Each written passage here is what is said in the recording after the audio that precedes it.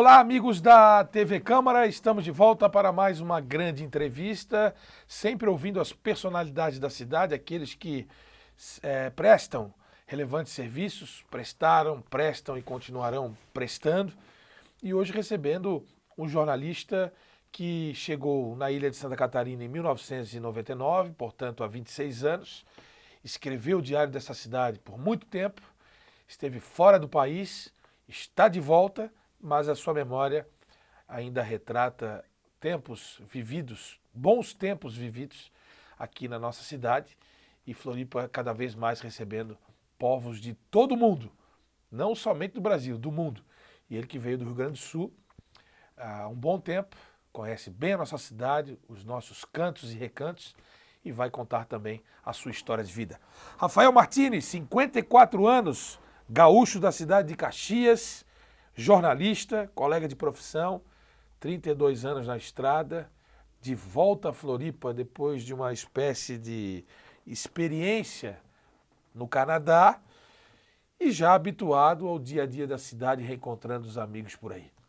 É um prazer imenso te receber aqui no Café e Prosa da TV Câmara para contar a sua história e para a gente bater um papo de tudo, né? Da profissão, de Floripa, do Rio Grande do Sul, de futebol, por que não? Obrigado. Obrigado, Vandrei. Uma honra poder estar aqui nesse teu programa. Muito orgulhoso de poder participar desse nosso reencontro. Tenho reencontrado vários amigos, né?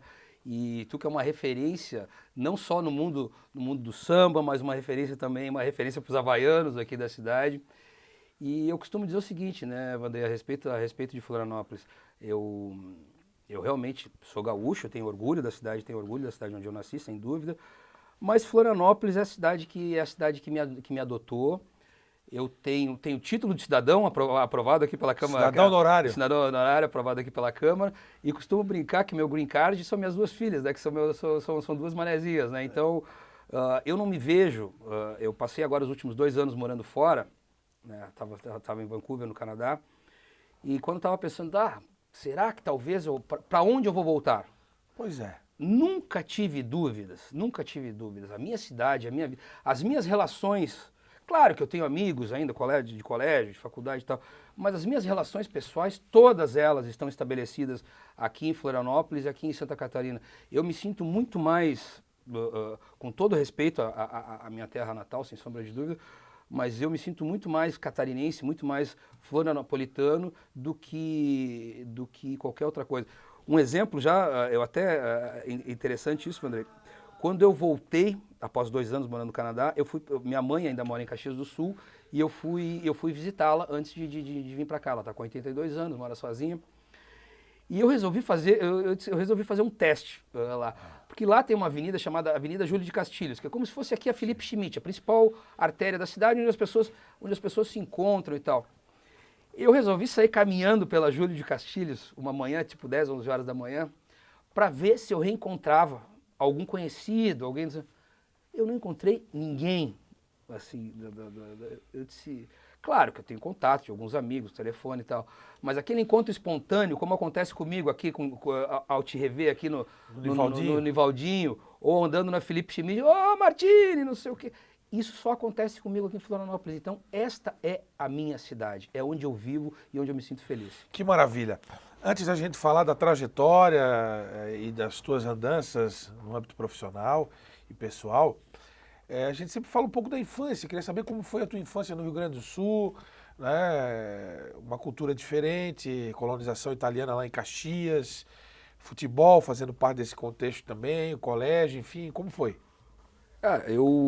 Enfim, a família Martini, era uma família relativamente tradicional lá na cidade, mas a minha mãe é professora formada em letras, professora de português e inglês, trabalhou a vida inteira em sala de aula, tanto na rede pública municipal quanto na rede estadual, e eles acabaram, só que enfim, por conta das circunstâncias, acabaram se separando cedo. Eu tinha apenas 8 anos de idade, eu e meu irmão, que nós temos 4 anos, e meu pai, enfim, acabou se mudando para outro estado e construindo outra família. Então, basicamente, a essência da minha família sempre foi minha mãe, eu e meu irmão.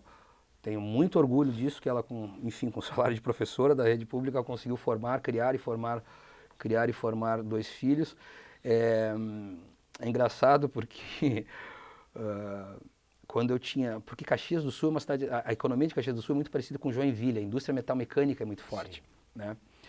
Então, como na minha família eu tinha tios que trabalhavam, os irmãos que já trabalhavam em empresas grandes lá na área metal-mecânica, o futuro para um jovem de então 15, 16 anos seria faça o Senai, faça um curso faça Senai e automaticamente é encaixado numa dessas indústrias, aí, uma dessas empresas, e vai construir sua vida, vai fazer engenharia mecânica ali na frente. Sim. E eu fiz, influenciado por um tio meu, eu acabei fazendo um curso de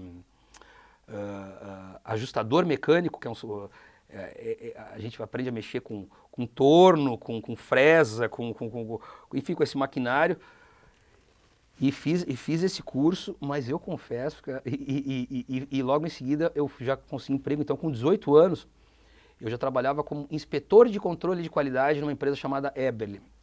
E com 18 anos, cara, eu ganhava um salário como se fosse o equivalente hoje, sei lá, a R$3.500, R$4.000, que para um menino de 18 anos é um belíssimo salário. Sim. Mas eu odiava aquele trabalho, cara. Eu odiava aquilo. E eu nunca mais esqueço o dia que eu encontro um amigo meu, que eu não sabia o que ele cursava, ele estudava na época na universidade na Unicinos, em São Leopoldo. E ele chega um dia, eu encontro ele na época que as faculdades, os cursos, as pessoas usavam uma pasta preta que usa, e é o nome do curso, jornalismo, sim, medicina. Ele chega carregando uma pastinha escrito jornalismo, assim. E eu olhei para ele, cara, eu nunca tinha olhado para essa profissão. E eu, como é que é essa história de jornalismo, cara? E ele começou a me falar super entusiasmado.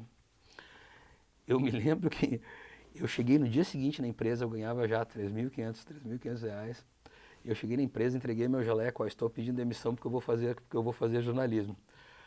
A minha mãe quase surtou, entendeu, cara? Porque imagina, eu já estava com a vida encaminhada, com uma renda, que era uma vida de dificuldade, para recomeçar, para começar atrás desse sonho. E eu não tenho dúvida que foi a melhor escolha que eu fiz. Isso com 18 anos de idade? Com 18 anos de idade. Aí eu prestei vestibular para jornalismo na PUC, aí consegui uma bolsa, fui morar na casa de uma tia que morava em Porto Alegre, mas assim, com muita dificuldade, aquela coisa, a mãe me lembro que ela me dava R$10 para passar a semana, assim, e aí 8 eu gastava no barzinho para tomar cerveja na frente da universidade, entendeu? E sobrava muito pouco. Mas aí foi indo, aí consegui, fiz uma seleção ali para conseguir uma vaga para estagiário no Zero Hora na época, e a partir daí a caminhada se deu, né? Abriu a porta da grande empresa que é o Grupo RBS. Isso. Que foi quem te recebeu aqui também, né? Como é que foi a tua chegada aqui em Florianópolis? A minha chegada foi o seguinte, Já conhecias Florianópolis antes? Já conhecia. Já vinha visitar? Eu tava... Lembra da primeira vez que esteve aqui? Cara, uma das vezes mais marcantes para mim foi... Eu me lembro da primeira vez, acho que foi em 90, 91. Assim, eu vim passar férias quando eu era criança, na época do meu pai ainda, nós viemos passar férias, cara, em Balneário Camboriú, em 75. Olha só. Cara, na época que assim, eu me lembro que não sei se ali é a Avenida Central, não sei te dizer o local, mas eu me lembro que era um camping que era assim, do lado da Praia Central. Você atravessava, você saía do portão, tava lá. E foi assim, eu te digo que foi a melhor das minhas lembranças de infância, de férias, porque também era meu pai, minha mãe numa barraca, daí tipo, assim, acho que nós estávamos umas 5, 6 famílias, então... Era literalmente aquele churrasco, aquela farofa clássica, né, cara? Assim, eu tenho a cena da minha tia pegando aquele frangão assado assim inteiro com a mão mesmo, uma coxa para uma criança, outra coxa para outra criança. E era uma coisa muito legal. Eu acho, só que assim, outra lembrança que eu tenho, cara, eu me lembro, Vandrei, que uma garrafa de 1 litro de Coca-Cola, de 1 litro, na época as garrafas de vidro, cara, no churrasco de família, para 10 crianças tomavam aquilo lá e ficava todo mundo feliz. Era um copinho para cada um. Era um copinho para cada um. Hoje em dia, cara, se tu bobear, 2, 3 garrafas de 2 litros aí e não dá conta. Que todo mundo tem essa lembrança, né? Aqui não é querendo fazer propaganda, mas é um refrigerante nosso. Claro. Da terra, que é a pureza. A purezinha, claro. De rancho queimado. A Pureza fez muito isso na infância. E a Pureza é uma garrafa menor, que é uma garrafa de 600 ml. É uma garrafa de cerveja, né? Mas Aquela garrafa, o Fruc, eu acho que era, enfim, tinha várias marcas, assim, tinha o Guaraná, que era essa garrafa de cerveja também e tal. Eu não vou ficar aqui fazendo. Todo mundo saía feliz com um pouquinho E, cara, e aquela lembrança eu tenho isso muito, assim, cara, no churrasco de domingo, assim, quando eu ia na casa de um tio e tal, de ficar correndo e jogando bola e com os primos, assim, cara, e você não cansa, né? E parar pra comer parecia que era quase que uma obrigação, né, cara? Sim. Você parava, comia rapidinho e já voltava pra jogar bola. O que eu vejo hoje com os meus filhos, os teus já estão maiores, né? Eu tenho uma com uma de 22, outra de 16. Um dos meus estão criança ainda, com 7 anos, e aí eu tenho muito essa vivência. Tá, mas aí a primeira vez que estivesse aqui em Floripa, como foi? Mas eu agora quero voltar, agora tu foi mexer no vespeiro, né? Daí, cara, outra coisa que eu me lembro, meu amigo, quando eu ganhei, a minha primeira era uma Monarch 10 marchas, que ela tipo, cara, enfim, eu sei que eu tinha, sei lá, 9, 10 anos de idade quando eu ganhei aquela bicicleta. Cara, a gente saía de... Claro que eu tô falando verão, férias, principalmente quando eu tenho mais referência.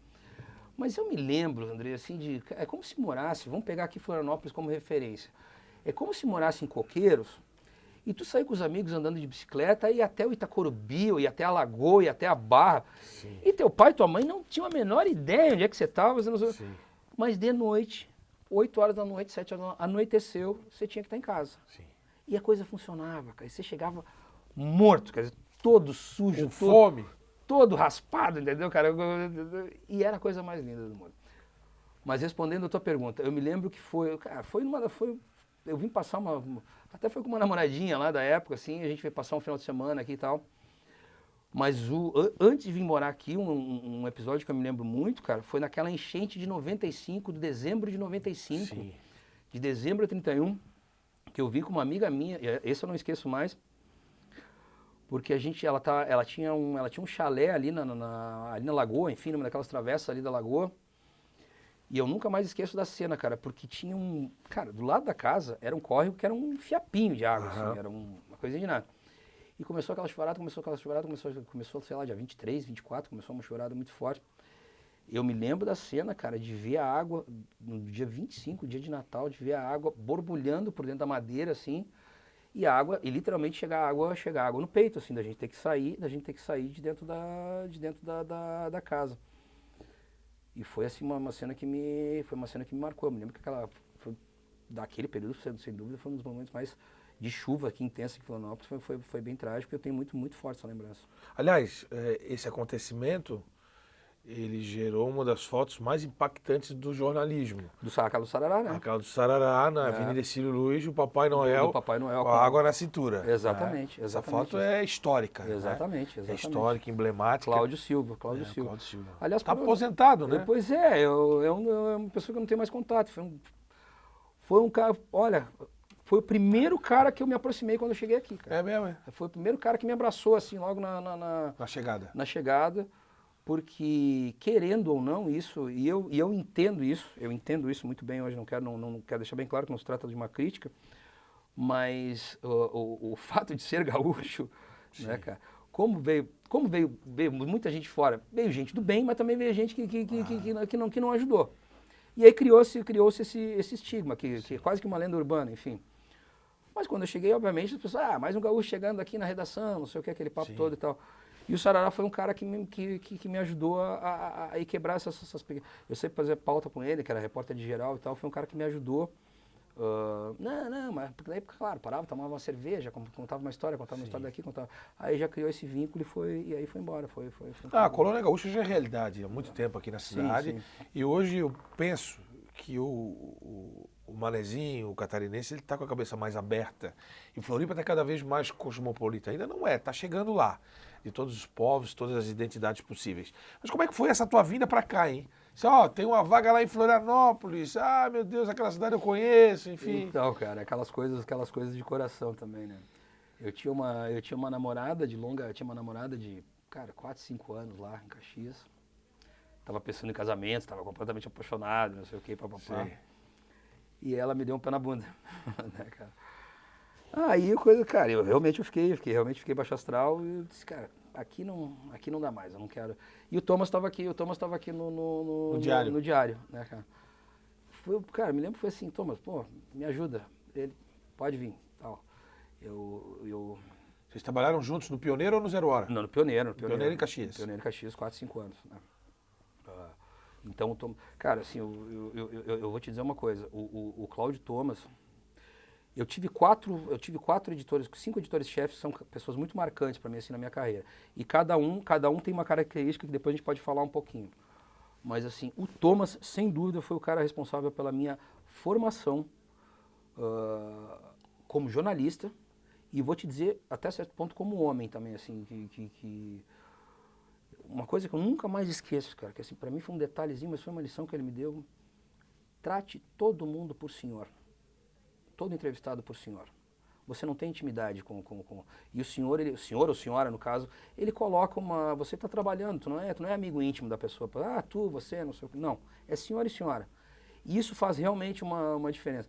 É um simples pronome de tratamento, mas ele estabelece todo um regramento e um distanciamento para o exercício da nossa profissão. Eu acho muito legal. Eu acho que até pode existir momentos de informalidade. A gente aqui está batendo um papo, a gente é amigo. Claro. É óbvio, é uma situação completamente diferente.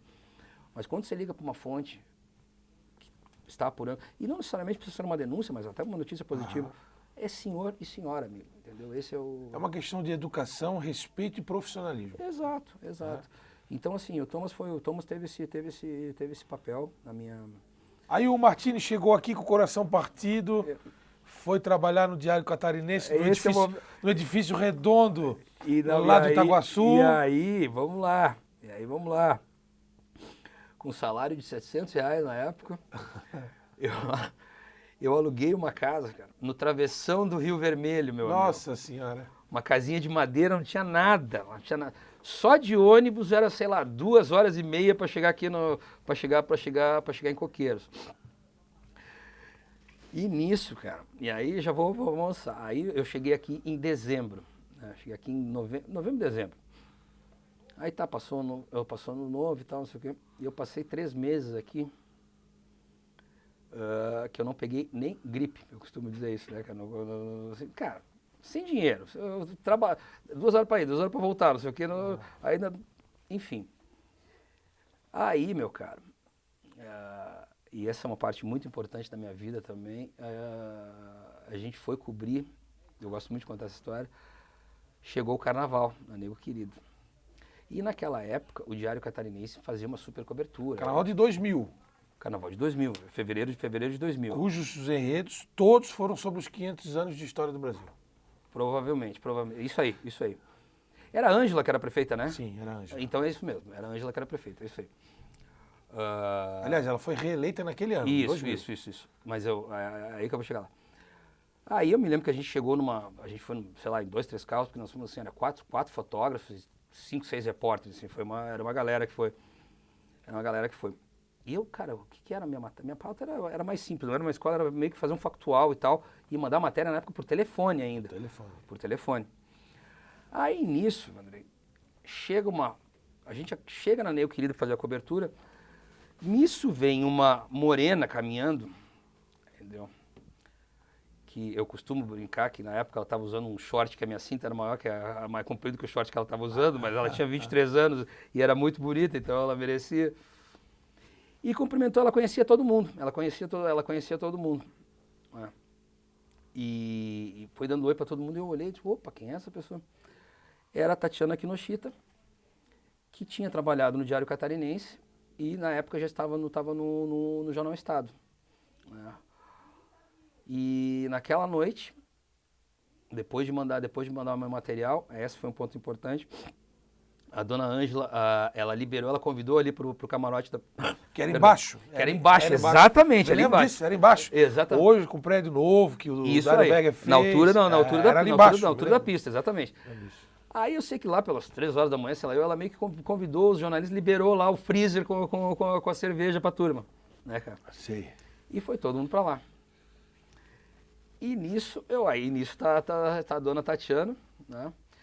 E ela até estava de conversinha lá com outro colega jornalista. Imagina, era uma menina solteira, estava no seu direito. Estava de conversinha com outro colega jornalista, que eu vou preservá-lo. E eu disse, cara, mas eu sempre fui um cara muito tímido, tomando cerveja, tomando coragem para tentar abordá-la. Aí eu sei que eu fui puxar com uma hora, o cara saiu, foi não sei o que, eu cheguei para conversar com ela. Eu disse, pô, queria muito ficar contigo. E ela falou, tu é muito chato, gaúcho. Primeira frase que eu ouvi, daquela, tu é muito chato, gaúcho. Aí eu falei, então a senhora me dá um beijo e e aí depois nós vamos conversando lá. Aconteceu o beijo. O menino que foi buscar cerveja a fila já andou. A fila já andou. E ela morava na Esteves Júnior. Eu, cara, ao invés de voltar pro Rio Vermelho para Esteves Júnior, ela morava sozinha na Esteves Júnior, vamos lá pro apartamento dela. Fomos pro apartamento dela. Nós passamos ali 3 dias namorando. E no terceiro dia nós olhamos pra cara do outro e dissemos assim, cara, tu paga aluguel, tá ganhando só o salário do Jornal Estado, né? Sem condições. Uhum. Eu pago. Vamos morar junto? Vamos morar junto. Entendeu? Então a gente nunca namorou. E a partir daquele dia nós fomos morar juntos. Uma história que durou aí 25 anos. Né? Temos hoje 2 filhas. Hoje estamos separados. Depois ela ficou no Canadá. Mas hoje eu olho e digo, cara, deu certo. Deu certo. A gente construiu uma linda história. O fato da vida, enfim, nos levar para... Ela preferiu ficar por uma opção profissional, eu tive que respeitar. Mas é uma história que, sem dúvida, ela vai estar sempre presente na minha caminhada. Bonito isso, muito bonito. E os filhos? As filhas? As filhas, perdão. A Isadora Martini e a Chiara Martini. A Isadora está com 22 anos, a Isadora tá lá no Canadá. Ela estava com um processo para ir estudar na Itália. Ela quer fazer um curso, ela é muito ligada à questão de moda, e ela quer fazer um curso em uma universidade que tem em Milão. O meu irmão é chefe de cozinha, meu irmão morou na Itália durante 10 anos e meu irmão já tem a cidadania. Só que com essa recente mudança da legislação lá na Itália complicou. Então agora eu tenho que entrar com um processo, porque o fato do meu irmão já ter a cidadania eu consigo... Enfim, burocratizou um pouco mais. E eu tenho que entrar com uma ação. Mas enfim, vai dar tudo certo. Então a Isadora está indo estudar na Itália. E a Chiara, como boa manezinha que adora a praia, ela adora calor. Quando eu falei, estou voltando para o Brasil, eu disse, eu estou voltando junto contigo, né? Ah, voltou contigo. Ela voltou comigo, então ela está aqui também, está com 16 anos. E está feliz, enfim, já tá na escola, está no 2º ano. E estamos aí, eu e ela agora, vida de pai solo, né, cara? Vida de pai solo de pai solo de adolescente, então tem todos os seus... Não é fácil. Meu amigo, não é fácil não, bota não é fácil é o cubo. Uma história que começou na Nego Querido, hein? Bela história, não sabia dessa. Começou na Nego Querido, cara. Entra para os anais da cidade e da tua vida. Da minha vida, cara. Ô Martini, e aí? A partir de 99 até 2023, que foi quando você foi para o Canadá e ficou 2 anos, depois você vai contar um pouco dessa experiência lá no Canadá, que é um país ultra desenvolvido. Quais foram os acontecimentos marcantes dessa cidade? O que contribuiu com o crescimento efetivo? As tuas impressões, as tuas vivências? Dá um apanhado geral aí. Florianópolis, cara, para mim ela foi... É engraçado isso, porque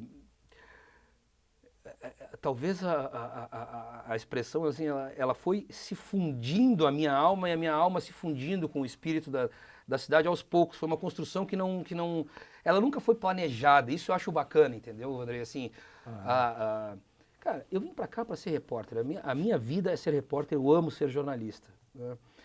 Mas engraçado que eu me lembro uma vez que a gente estava num... Cara, a Tatiana trabalhava na TV Assembleia e a gente foi, cara, na casa da Marisa, né? Marise, que era diretora de imprensa lá da Assembleia. A Marise não, Janine. A Janine. Janine Machado. Janine Machado, perdão. Jamile Machado. Da Jamile, meu Deus. Lá no Sambaqui ou na Bahia dos Golfinhos? Na Bahia dos Golfinhos, na Bahia dos Golfinhos. Maravilhoso, né? E eu me lembro que ali reunia gente também de outros veículos e tal. Sim, ela recebia muito bem. Nossa, almoços antológicos lá. Inclusive eu peguei a Tati na Assembleia. Isso. Eu trabalhei com ela na Assembleia lá. E eu me lembro, cara, que em algum momento de uma conversa, eu estava conversando com... Eu falei Marise, porque a Marise era chefe da Tati lá também, colega da Tati. E eu conversando A Marise baixinha, lembra aí? Isso, exatamente. Marise Ortiga. Ortiga, isso. Marise Ortiga. Alvinegra pra cacete. Isso, gente finíssima também, ela e o marido dela. Gente boa. E em algum momento ela me perguntou assim, mas eu disse, não, eu já tô integrado, estava há 5 anos aqui, né? Não, porque eu já tô, essa é a minha cidade. Ela perguntou, quantos anos tu mora aqui? Moras daqui há quantos anos? Né? Eu disse 5 anos. Então tu não conhece nada. Aquilo pra mim, até hoje aquela frase me marcou, cara. Porque eu disse, realmente, eu achando que já estava super integrado com a cidade. Cara, tu vai ficar integrado. Cara, é tudo uma caminhada, sabe? Claro.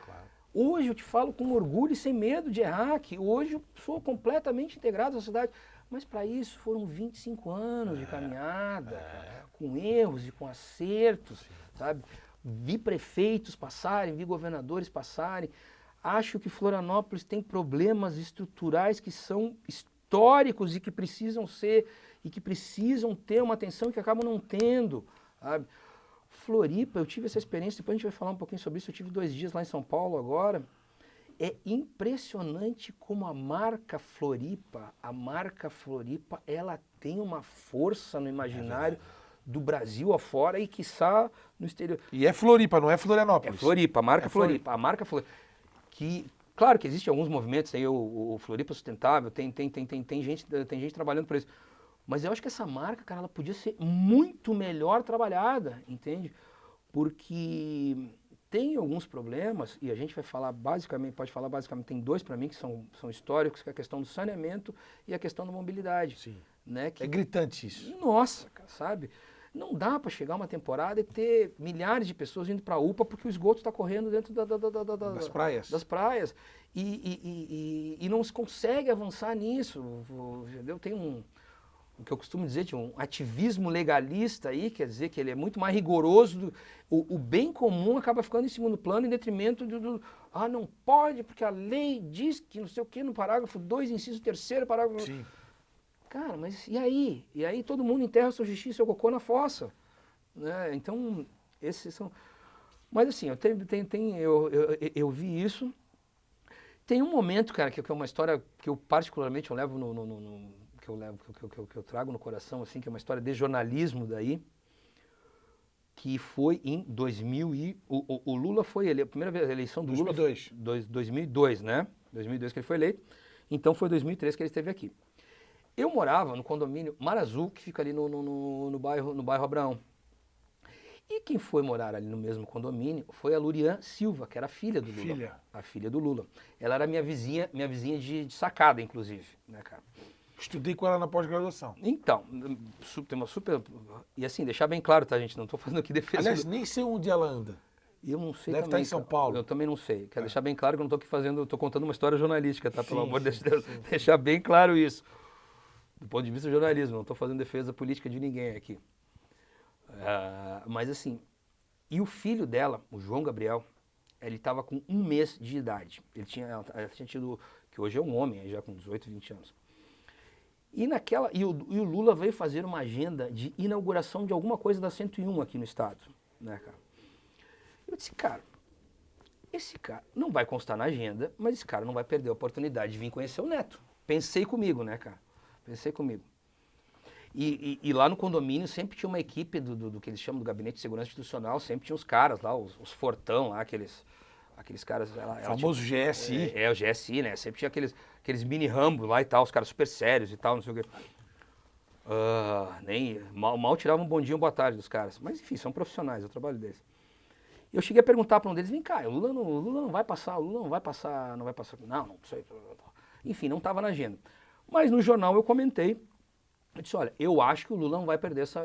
Mas assim, era absolutamente feeling de repórter, não tinha nada na agenda.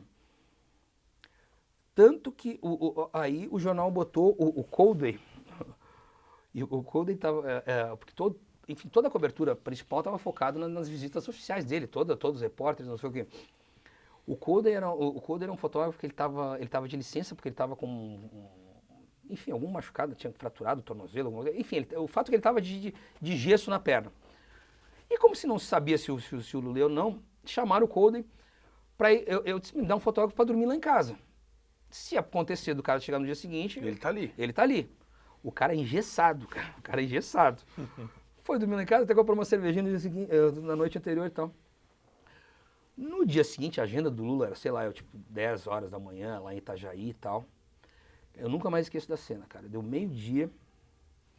Daqui a pouco, como eu escutei, eu tava monitorando a monitoração, daqui a pouco fecharam. A João Meirelles, que ali, ó, acesso ali pro Ori, ali, fecharam em cima e fecharam embaixo. Eu disse, opa, esse cara vai vir, né? E era uma intuição tua. Só feeling, cara, não tinha informação. Não tinha informação. Mas o jornalista tem isso, cara. Aí, cara, eu disse assim, não, tanto que a minha ideia era eu só queria fazer uma foto, o que eu imaginava, porque se ele saísse com o netinho, como a minha sacada era de um bloco de frente para o outro, exatamente no mesmo andar, era o segundo andar, se ele saísse com o netinho, porque os outros fotógrafos provavelmente iam ficar do lado de fora no muro, ninguém ia entrar, e o muro era longe. Se ele saísse para fazer para mostrar o netinho, eu ia ter a foto de frente. Ia ter o factual. Eu disse, cara, era isso que eu queria. Mas, cara, deu exatamente 2 horas da tarde, daqui a pouco um puta de um helicóptero da Força Aérea passa em cima do prédio, assim, aquela coisa do condomínio. E entra, eu vejo entrar pela garagem aquele circo, porque são 5, 6 carros de segurança na frente, aquela coisa. Né? Eu disse, cara, Colden, vem comigo. Vamos pegar, porque o meu hall de entrada era, cara, assim, 10 metros do hall de entrada do condomínio da Lurian. Cara, e não tinha, e obviamente ninguém sabia que o Lula estaria ali, era um prédio residencial fechado. Então quando eu saio na porta, estaciono o carro dele, desce a Ideli e desce ele. E assim, nem os seguranças estão muito preocupados. Porque ali era um ambiente absolutamente controlado. E eu chego para... E na época era o Palocci, a economia estava voando, o Brasil tinha sido capa da The Economist, aquela coisa do Brasil decola, não sei o que, da Times. Eu nem me identifiquei, eu disse, Lula, e ainda perguntei para ele assim, e o Corinthians, Lula? Né, cara, que eu sei que pra descontrair, aquela estratégia para quebrar. Exato, ele me pegou pelo braço, porque o Corinthians... E eu disse, Palocci, economia, o que o senhor vai fazer na economia? E foi caminhando, ele me pegou pelo braço, ele é um cara muito popular, né? E foi caminhando. E eu fiz assim 4, 5 perguntas para ele, cara. Assim, isso. E nisso ele entra. Quando ele passa, vem um segurança voando. Tu não pode estar aqui, tu não pode, tu é jornalista, como é que tu tá aqui dentro? Eu disse, amigo, eu estou dentro da minha casa. E nisso, Vandrei. E o Colden com perna quebrada, mancando, com foto do Lula. Eu posso dizer que eu entrevistei um presidente da República dentro da minha casa, cara. É verdade. Entendeu? Isso nunca mais vai... E ele visitou o Neto? Visitou o Neto, não, daí ele ficou lá 45 minutos, subiu lá e tal. Aí, claro, quando perceberam que eu era jornalista, eu não consegui mais nem chegar, né? Eles fizeram uma barreira ali na porta, eu não consegui mais. E aí virou matéria no outro dia? Uma entrevista exclusiva com o presidente, publicada no Diário Catarinense. 5, 6 perguntas, assim, ele falando da economia. É quadro, né? Isso eu tenho guardado, entendeu, cara? Isso é uma das coisas que eu me orgulho. Eu tenho 2 grandes orgulhos da minha profissão, assim, que eu costumo contar sempre. Esse é o do Lula. E em 2006, cara, na época eu estava como repórter de economia. Se tu me permite já emendar nesse... Claro, toca. Tu que vai me coordenando o tempo. Se deixar eu vou falando, tá? Vai falando. 2006, cara, eu eu era repórter de economia e a Fiesc costuma fazer essas missões empresariais pro Oriente e tal. E na época eles me convidaram para ir. A gente foi para Dubai, Emirados Árabes, Dubai, Kuwait e Catar, Doha no Catar. Sendo que Doha eram os últimos 2 dias. Beleza, a gente foi e tal, foi muito legal, mandei um monte de material. Só que quando a gente chegou em Doha no Catar, fica a sede da Al Jazeera, aquela emissora de televisão que cobriu a guerra do Iraque, aquela coisa toda. Cara, tava eu e um outro jornalista que era da comitiva, e disse, cara, vamos ligar lá, porque eram só 2 dias, vamos ligar lá e pedir pra gente conhecer, porque dificilmente vou voltar aqui, né? Uhum. Aí a gente ligou, fomos atendidos e tal, marcamos que uma pessoa lá, mas eu pensei, Vandrei, que ia ser recebido, tipo, pra um editor, pra um repórter, alguém, né? Cara, nos recebeu lá o diretor de assuntos internacionais da televisão. É muito legal, eles têm um memorial lá, cara, que tem assim, a matéria escrita do repórter quando estava cobrindo, do repórter dele cobrindo a guerra, a matéria escrita à mão, porque o cara no front não tinha nem computador, e ela tem um furo, a matéria, o papel tem um furo de bala e tem uma marca de sangue, assim, o cara tomou um tiro no peito, assim, cara, entendeu? Tem o capacete do outro repórter também, todo estilhaçado, porque eles perderam vários correspondentes lá no meio da guerra. Mas aí, beleza, fomos recebidos, cara, e aí a estrutura de televisão deles é muito parecida com a TV, com que é a Globo hoje, com que é a bancada na frente e a redação fica no fundo, No assim, fundo. a redação aparece. E nós entramos lá, cara, e estamos olhando, e eu tô vendo que tá tendo uma transmissão, tem um cara que tá dando uma entrevista, mas o cara tá falando em árabe, né, velho? Então, não tá entendendo o patavino que o cara tá falando. E tá todo mundo ligado, cara, nessa transmissão aí, mas assim, na hora eu percebi que tinha um clima tenso, mas não sabia o que era. E daqui a pouco, assim, acontece, tu imagina um gol do Brasil em final de Copa do Mundo. Todo mundo berrando, gritando. Era o julgamento do Saddam Hussein, que eles estavam transmitindo o julgamento do Saddam Hussein, ele tinha acabado de ser condenado à pena de morte. E um dos caras que estava na bancada ali, dando entrevista, era um dos advogados, claro que não era advogado principal, mas era um dos caras que estava defendendo o Saddam Hussein. E nisso ele falou, o que está acontecendo? Não, foi isso, o Saddam acaba de ser condenado, e esse que está dando entrevista para nós aqui é do corpo de advogados dele. Eu disse, o quê? Eu peguei meu gravadorzinho, estava com meu gravadorzinho no bolso, esperei o cara sair da bancada, e entrevistei, fiz uma entrevista com um advogado. Eu fui o único jornalista do Ocidente, naquele momento, a entrevistar um advogado do Saddam Hussein no dia da... Cara, naquele momento, velho, eu entrei. Aqui eram 3, 4 horas da manhã. Eu entrei ao vivo na Rádio Gaúcha, entrei ao vivo no G1, entrei ao vivo na Globo News, cara. Foi muito legal. Na CBN local também, né? CBN, não, cara, foi assim, eu fui acordando gente, entendeu, cara? Fui acordando gente. O Antônio Neto provavelmente que tu acordasse, né? O Antônio Neto era 24 horas. Não, aquele lá não existe, né? Aquele lá é o monstro, né, cara? Aquele lá é o monstro. Então, assim, essa é uma história que eu gosto sempre de contar, assim, porque o jornalismo tem isso. Tem isso. Acho que tem duas coisas que acompanham o bom repórter, cara. É o teu feeling, tu acreditar, e estar na hora certa, no lugar certo, sabe? Assim, do fato, cara. Pô, Pedro Bial estava fazendo uma cobertura, ele conta isso, ele estava fazendo uma cobertura lá na Alemanha Oriental sobre outro assunto, não sei o quê. Daqui a pouco cai o muro de Berlim, né, cara? O cara estava lá cobrindo o muro. Não tem como. Não tem como, passou na tua frente, tá na tua cara. Na tua cara, né? Então... O jornalismo é isso. E é apaixonante, né, cara? Eu sou completamente apaixonado por essa profissão, cara. Então é isso. Nossa, já fui para outros caminhos aí da tua pergunta. Não, maravilha. Fatos importantes da história e da tua história, né? Ô Martini, e aí aqui em Floripa, o Martini sempre na redação, né? Depois se mudou, porque começou no Travessão, aí foi pra Rua Esteves Júnior, depois foi pra Coqueiros, Abraão. E agora eu sou cidadão abraonense, cara. Eu adoro aquele bairro, eu adoro. Pra mim, assim, depois eu acabei comprando apartamento lá, né? Foi nesse condomínio. Bairro que virou independente, né?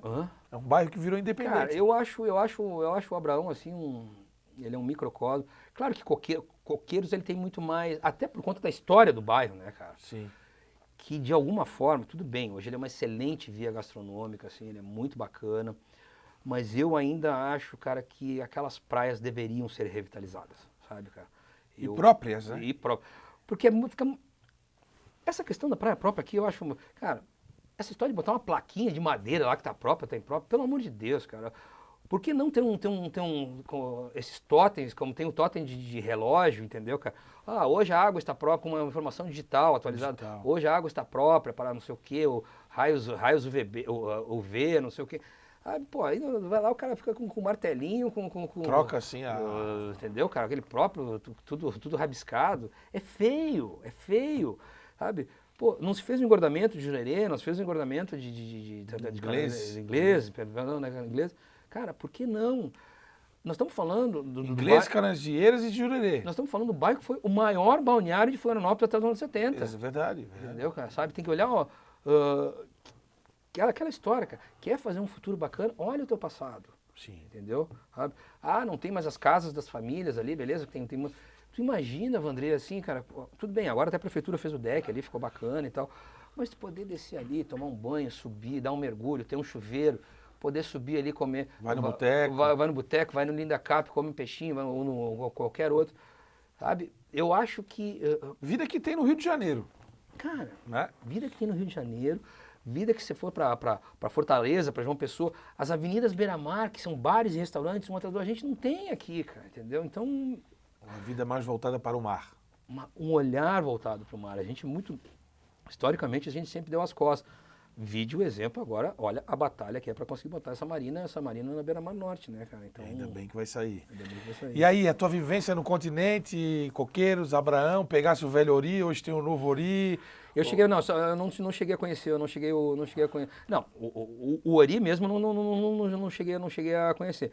Mas ele não era tão gourmetizado como ele está hoje. Era mais raiz, Era né? mais raiz. Hoje o Ori, cara, ele estava me falando outro dia, um deles lá estava me falando, cara, eles vendem só da tal da almôndega, que é o... Sim.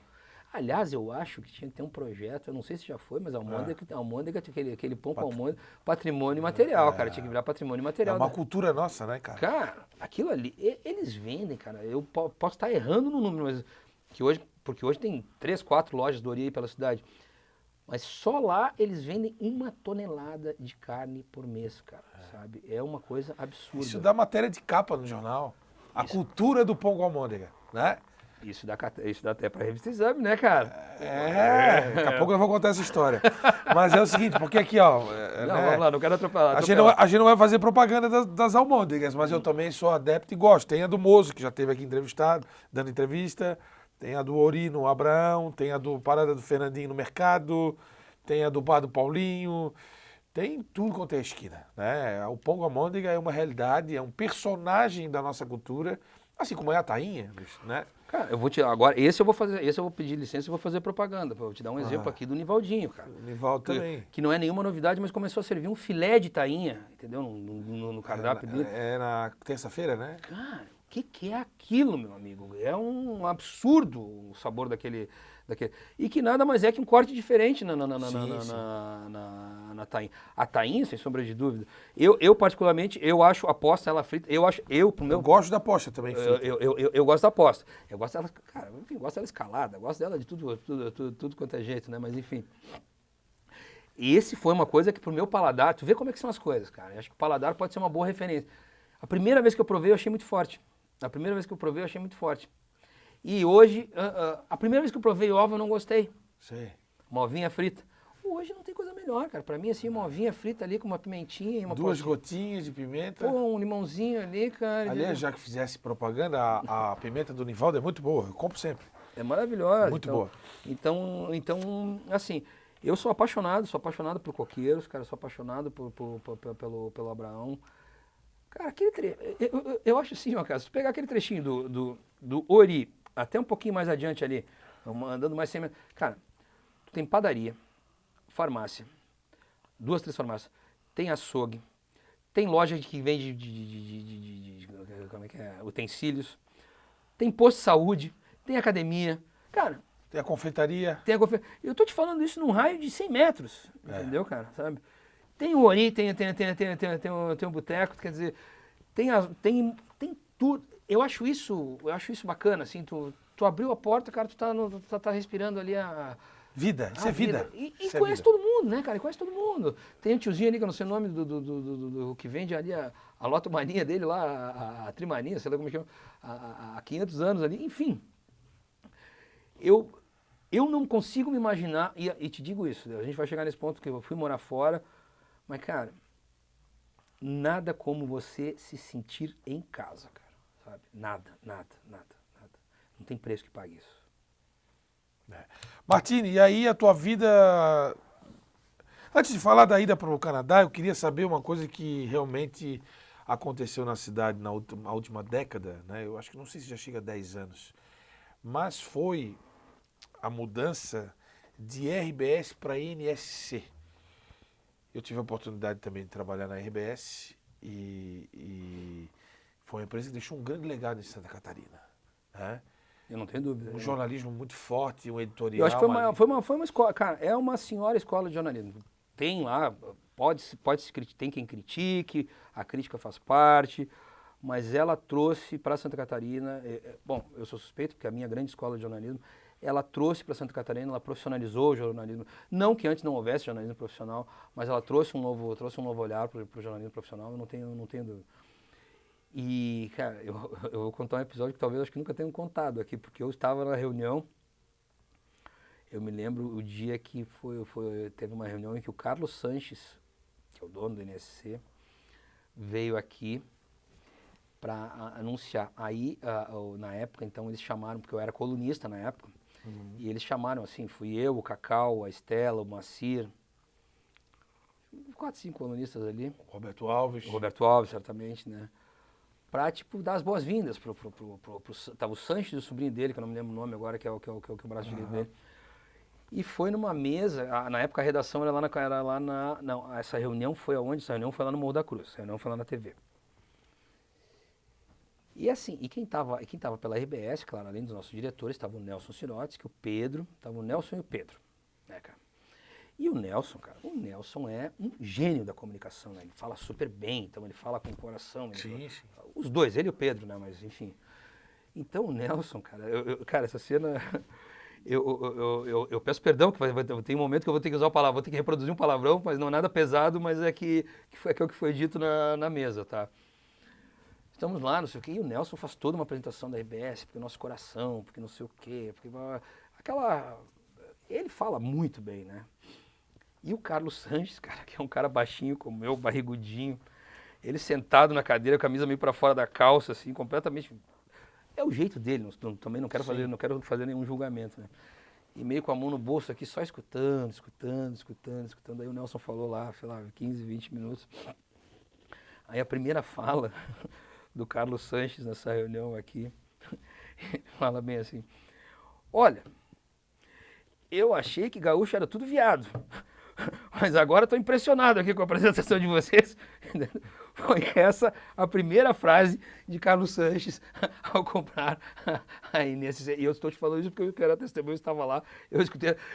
E nós todos acostumados com aquela pompa e circunstância do Nelson, do Pedro, então, ficou todo mundo meio chocado. Mas é claro, depois ele começou a falar de negócio e, cara, quem sou eu para criticar um cara que fatura mais? Foi 2000 e... Cara... 17, 18, 16, não lembro mais. Eu acho que foi 17, 16 ali, 16, 17, porque depois eu fiquei mais um ano, 2, e depois eu acabei saindo. Acho que foi 16, cara. Mas assim, quem sou eu para falar de Carlos Sanches, um cara que fatura mais de 15 bilhões ano, né? Então só estou contando uma peculiaridade, entendeu? E aí, cara, fosse para o Canadá, e como é que foi essa experiência lá? Se tu tiver um minutinho, eu quero lembrar um episódio, quando nós falamos de jornalismo de Floripa, tem um outro episódio que me ocorreu, cara, que esse também é um marco aqui na cidade, que fui eu que acabei levantando essa situação, e que hoje já está no anedotário da cidade, que chama-se Árvore de Natal. O episódio da Árvore de Natal. Que acho que está fazendo 15, 16 anos agora. Na época o Dário Berger era prefeito. E o Mário Cavalazzi, secretário de Turismo. E é engraçado porque a história da árvore acabou se misturando com a história do Bocelli, virou quase uma paçoca só, eram dois eventos completamente separados. Mas a história da árvore especificamente. Na época, eles anunciaram que Florianópolis seria a maior árvore de Natal do país, que teria 70 metros de altura. Né? E eu passava ali na beira-mar, eu ficava olhando aquele, cara, isso aqui não tem 70 metros, porque 70 metros é alto, né, amigo? É alto, né? Isso aqui não tem 70 metros nem aqui, nem na China, né, cara? Mas como é que eu vou fazer? Aí, vereador João Amin, que era a oposição, foi a partir daqui da Câmara que a gente começou a... Eu liguei pro João Amin, eu tinha uma boa relação, ele era oposição ferrenha ao Dário. Eu disse, João, essa árvore não tem 70 metros, João. Ele disse, peraí que eu vou conseguir fazer a medição desse negócio. O João Amin foi lá e contratou um agrimensor com aquela maquininha que mede a altura. E saiu lá, tanto que a foto do Diário Catarinense no dia seguinte é a imagem da altura da árvore que deu 40 e poucos, que deu 42, 43, um negócio assim. E o João me dá essa foto com exclusividade, eu publico essa foto. Aí eu ligo pro secretário Mário Cavalazzi, quase que uma pessoa que eu tenho o maior respeito, nossa, Vanessa, filha dele agora, que é Procuradora-Geral de Justiça, fora de série também. Aí eu ligo para ele, o secretário, sabe, não tem 70 metros, entendeu? 40 e pouco. Ele, kkkk, é que os outros 30 estão enterrados. Não sei. E levou no anedota. Cara, eu publiquei isso no dia seguinte, entendeu? Aí veio o Ele era assim mesmo. Ele é uma pessoa, né? Aliás, ele já foi correligionário da família minha. Sim. Mas ele levou meio na flauta, na corneta, mas depois... Hoje não tem nenhum processo, foi absolvido em todos, não tem nada demais, eu tenho uma boa relação. Mas esse episódio acabou tendo uma grande repercussão, né? Mas desculpe, agora vamos lá. Canadá. Cara, Canadá foi o seguinte, eu estava como eu era diretor ali em 2018, 2019, eu saí da imprensa diária para trabalhar na comunicação do Tribunal de Contas. O Cláudio Prisco era o diretor, eu fui trabalhar como número 2 dele. Aí eu fiquei 21 trabalhando com ele, em 22 ele saiu e eu assumi como diretor. Belíssimo emprego, mas a Tatiana, na época, a Tatiana tinha uma coisa que, por conta dessa polarização, essa coisa maluca que virou o Brasil, né, que espero que um dia acabe isso, né, que a gente possa... Costumo dizer o seguinte, André, que nem direita nem esquerda, quem anda pro lado é caranguejo, entendeu? A gente tem que andar pra frente. Sim. Sabe, cara? Mas enfim. E ela disse, cara, vamos sair do Brasil, nossas filhas, a questão da segurança e tal. E aí a gente começou a planejar essa questão de uma... Porque o Canadá era um país onde é possível você comprar... Quer dizer, você compra um curso da universidade, uma graduação na universidade, você ganha um visto o cônjuge recebe o work permit, que é o visto de trabalho, os filhos ganham visto para estudar, né, cara? Eu disse, vambora. E aí a gente foi. Acabei vendendo tudo, vendi apartamento, vendi carro e pedi demissão desse meu emprego, que muitos me chamaram de maluco, né, por pedir demissão do emprego de diretor do tribunal, porque era um belíssimo salário. Mas eu, olhando um pouquinho com distanciamento hoje, não me arrependo em nada, cara, porque tudo, depois quando a gente consegue olhar, você vai perceber que tudo faz parte de uma caminhada. Sim. A gente tem livre-arbítrio, né, cara? É o livre-arbítrio. Às vezes o caminho pode ser um pouquinho mais longe, mas a gente vai acabar chegando. Uhum. E aí a gente fomos morar 2 anos em Vancouver. A Tatiana foi cursar, mesmo já sendo graduada de jornalista, ela foi cursar marketing. Para mim, Vandrei, que na época, isso eu te falo com tranquilidade, que o fato de ter sido colunista há muitos anos aqui, tu sabe, quando a gente está em destaque, quando a gente está em evidência, o ego também nos acompanha, não adianta dizer que não, porque a gente acaba sendo tocado. Automático. A gente acaba sendo tocado pelo ego, e a nossa profissão, ela mexe muito com o ego. Então, quando estava diretor, quer dizer, ganhava um belíssimo salário, o ego pesa assim, a gente, sou o cara. A gente, por mais que você tente dizer que não, a gente acaba sendo tocado. E foi muito legal chegar lá, legal no sentido de crescimento pessoal. Ter que calçar a sandalinha da humildade, cara, porque eu não conhecia ninguém me conhecia, ter que literalmente começar do zero, começar num emprego que não tinha nada a ver com a minha profissão, e ter que começar a botar tijolinho por tijolinho de novo, assim, com todas as dificuldades. Eu costumo dizer o seguinte, você acha que você fala inglês, né? Até você chegar... Uma coisa é falar inglês quando você é turista. Falar agora, vai trabalhar. Porque lá eu tinha... E foi muito engraçado, eu falava pra eles, cara, eu tinha um chefe lá meu, na empresa, que eu dizia, cara, tu é um manezinho canadense. Eu falava pra ele não entendia. Porque ele falava muito rápido, mas muito rápido. Entendeu? E pra tu entender no começo, amigo, é brabo. É brabo. Então, cara, teu chefe te dá uma ordem e tu fica, cara, o que esse cara tá falando? E o que tu fizesse lá? Cara, eu fiz trabalho, porque assim, a indústria, eu como 95% dos brasileiros que vão lá com graduação, porque eles exigem muito a tal da, para tu conseguir empregos na tua área, eles exigem a tal da experiência canadense. Tu tem que ter trabalhado numa empresa antes para ter... Cara, basicamente é trabalho braçal. Eu trabalhava numa empresa que no inverno tirava neve e no outono, na primavera, limpava vidros industriais de prédios comerciais e utilizava aquelas mangueiras um carro com umas mangueiras de pressão assim para lavar chão e tal. Era basicamente um trabalho de limpeza, cara. A grana? Aí é que tá, a grana era muito... Por exemplo, Tinha vaga até tinha vaga lá num jornal que eu quase consegui, mas enfim, acabou não rolando. O salário mínimo lá, porque eles pagam por hora, é $18 a hora. O salário para repórter, por exemplo, era $20. Nesse aí que eu trabalhava era 45 a hora, entendeu, cara? Então, assim, não tinha... Mas, assim, você não consegue guardar porque você paga muito imposto. O país funciona porque você paga muito imposto, mas esse imposto volta. Volta. Não é o caso do Brasil. Não é o caso do Brasil, né? Então, assim... Mas, assim, é uma diversidade, cara, assim, de culturas. Tem umas coisas que valeram a experiência lá, André, e assim, eu gosto de trazer isso. E eu quero deixar bem claro que não estou aqui fazendo nem defesa, nem de uma coisa, nem de outra. Mas, por exemplo, lá a maconha é liberada. E o controle sobre o álcool, ele é muito rígido. Você já parou para pensar que a gente vende bebida alcoólica aqui em posto de gasolina, amigo? Sabe? A gente não se dá conta disso. A gente vende bebida alcoólica em posto de gasolina.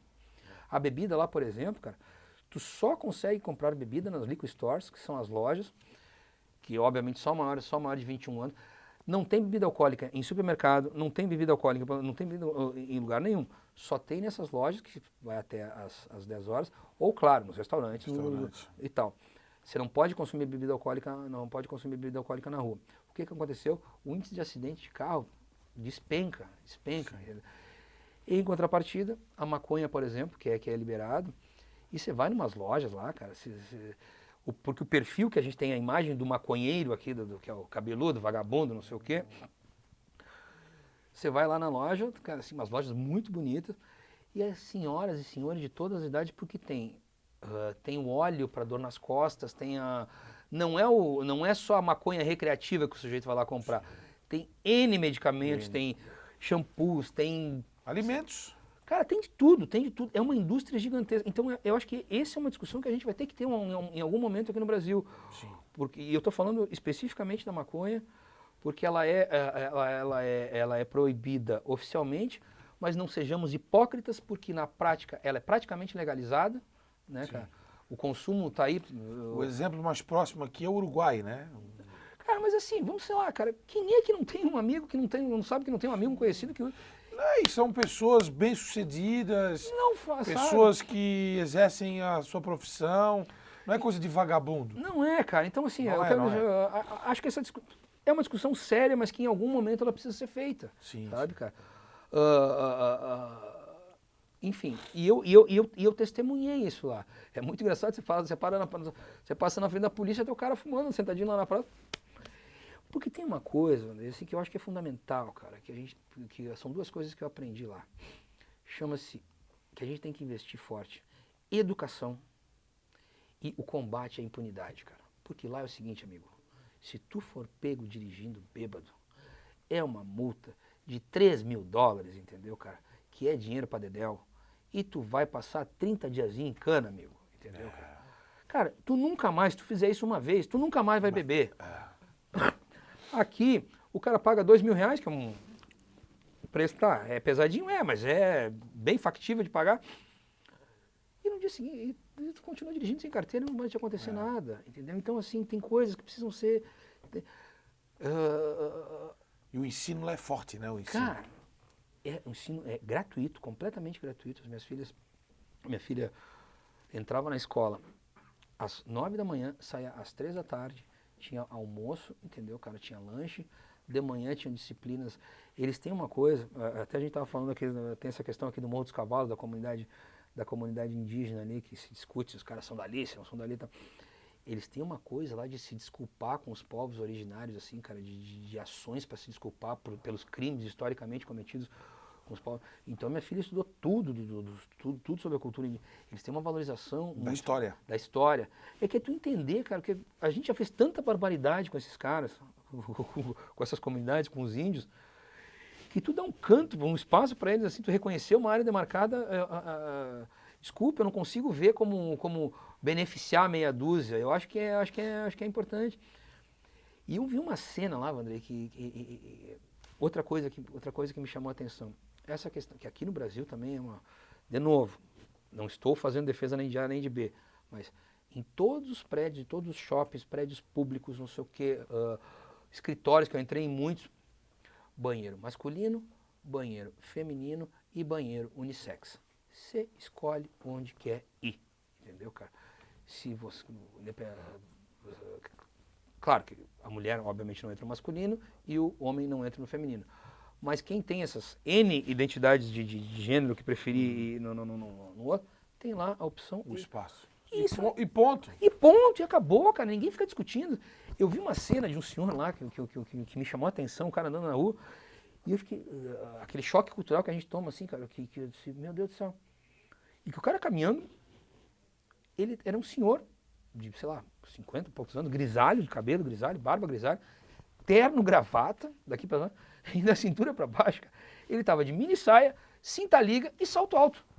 E caminhando, não estou dizendo que era lindo, mas, cara, as pessoas respeitam. Cada um cuida da sua vida. Eu acho que o indivíduo, assim, a gente tem que, assim, ó, isso pra mim é uma premissa, André, assim, que eu levo pra vida, cara.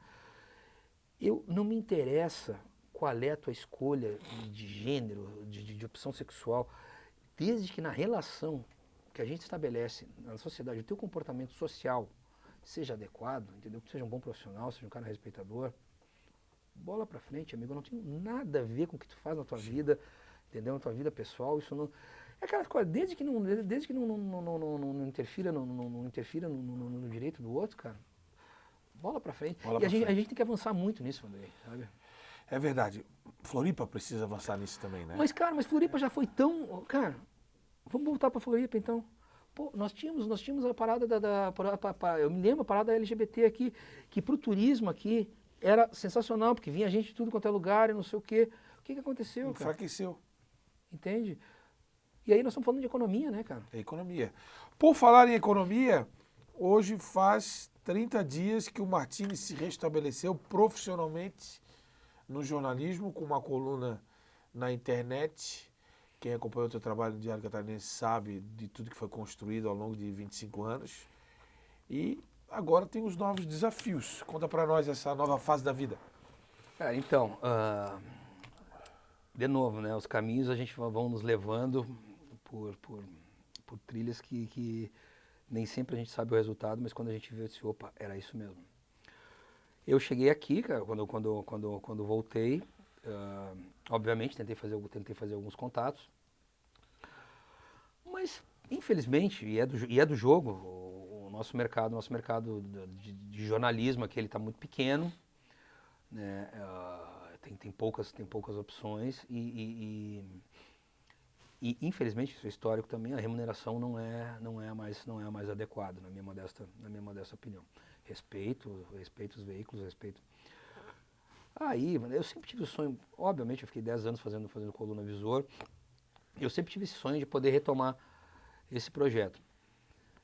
Aí, diante disso, cara, qual era o único ativo que eu tinha naquele momento, quando eu cheguei aqui, perdão, e após 2, 3 semanas aqui, olhando como é que estava o mercado, é o meu nome, é o Rafael Martini, o jornalista, a minha credibilidade. Então, cara, vou botar esse projeto de pé. Eu tive o prazer de reencontrar o Luciano Serpa, que agora é meu diretor comercial do portal também, que também estava passando por um momento de transição na vida dele. E converso com o outro, um ajuda aqui, outro ajuda ali, não sei o que e tal. Colocamos o Rafa, hoje está no ar, o rafamartini.com.br, está completando um mês agora, dia 28. Repercussão extremamente positiva. E é um espaço para falar das coisas de Florianópolis, de Santa Catarina, enfim, do cotidiano, dos assuntos de interesse do nosso povo, da nossa cidade, cara. E graças a Deus está dando uma repercussão muito boa, né? E agora veio alguns dias atrás eu recebi um convite que me surpreendeu, mas também me deixou muito feliz. Um dia eu estou em casa, eu recebo uma mensagem do Lucas Amorim, que é o diretor da revista Exame, que é manezinho, formado na UFSC, né? E ele disse assim, Martini, eu vi que tu voltou pro Brasil e tal, vem cá, vamos conversar aí sobre Exame e tal. Eu disse, opa, né, cara? Aí eu estive lá em São Paulo agora, hoje é quarta-feira, né? Eu passei lá segunda e terça lá em São Paulo. e fui convidado para pilotar um projeto que vai ser muito bacana, que é a primeira... Tu vê, a Exame, que é uma revista... Conceituadíssima, cara. Cara, eles têm quase 18 milhões de acessos mês, cara. Assim, é uma coisa absurda, né? Pô, me lembro, eu no colégio, meu pai comprava Exame para eu ler e eu nem dava bola. Na época de adolescente. Cara, eu me lembro quando eu era repórter uma vez no Pioneiro, lá em Caxias do Sul, e chegou um repórter da Exame na época, cara, para fazer uma pauta lá em Caxias, que era indústria. Cara, pra mim parecia que era um deus que tava chegando, assim, né, cara? Mas, enfim. Aí veio esse convite e o legal é que eles escolheram a região sul, porque é um projeto piloto, vai chamar Exame Sul. Exame Sul. Que vai cobrir basicamente Rio Grande do Sul, Santa Catarina e Paraná. E vai ser a primeira sucursal. É a primeira, cara, é um projeto piloto. Eles escolheram. E Floripa? Floripa sendo a base. Em agosto, agora a gente vai. Agora em julho a gente já está botando bloco na rua com a produção de matérias e tal, que eu vou estar produzindo. E em agosto inaugura o escritório, a sede, que vai ser lá em Jurerê Internacional. E aí vai ser portal. Vai ter um portal específico ou vai alimentar as bases? Não, entra. Entra no portal da Exame. É como se fosse uma editoria. E na revista digital. E na física também. Na impressa também, só que a impressa só circula uma vez por mês agora. Agora uma vez por mês. Mas tem a digital. Vai estar dentro do portal ali, vai estar dentro do portal, né, cara? E aí o cara que faz a capa, eu brinquei, eu peguei no pé dele. Eu conheci essa expressão outro dia, cara, que pra nós, tu que é do jornalismo, tu vai... Porque quando a gente trabalhava em redação, o cara que fazia, era o editor de capa ou capista, certo? Sim. Esse era o nome. Agora, no coloquial, eles chamam de romeiro. É o cara que faz a home, é o cara que faz a capa. Eu fiquei olhando, cara, pra mim, romeiro era o cara que ia pra uma procissão, entendeu, cara? E americanizou o processo. Entendeu? Mas eu achei o nome romeiro. E assim, aí o cara que tá na home lá, o cara vai pegar a matéria, daqui a pouco tem rancho queimado, tem um festival que tá bombando, não sei o quê. Sim. O cara joga ali no... Aí tá disputando espaço. Bacana, hein? Cara, e assim... nós pra fazer história, né? Cara, mais uma história da tua vida. Eu acho que sim, cara. Eu particularmente, muito... E eu vou continuar com os dois projetos, é importante deixar isso. Os dois projetos vão continuar em paralelo. O Lucas que... Engraçado ver, o Lucas é formado aqui na UFSC. E o Léo Branco, que é o editor executivo, é um cara de Lages, quer dizer, Santa Catarina tá no comando lá. Branco é família lá da região, Campo Belo do Sul, Lages. Sem dúvida, né, cara, sem dúvida. Então, assim, Santa Catarina tá muito forte lá. E eles apostaram nisso e eu tenho certeza que vai ter uma recepção. Porque o que aconteceu também, né, André? Por conta desses movimentos que ocorreram aqui, e de novo, não é uma crítica, mas é o direcionamento que os veículos... A área de economia, ela está até com uma defasagem. Basicamente hoje nós temos um profissional, que é minha amiga reconhecida, que é a Estela Benetti, que é uma colunista especializada em economia. E só. Agora tu imagina, olha o potencial de economia, olha o que tem de gente fazendo coisas, sabe? E em busca de uma vitrine, em busca tem uma demanda reprimida muito grande, assim, de boas histórias para serem contadas. Sim. E o fato de Santa Catarina de Floripa ter sido escolhida, eu acho isso emblemático. Então esse projeto piloto, cara, não tem dúvida que vai dar certo, E claro, primeiro eu começo a estar pilotando sozinho e depois aí, conforme vai a ideia é que a estrutura cresça também, né?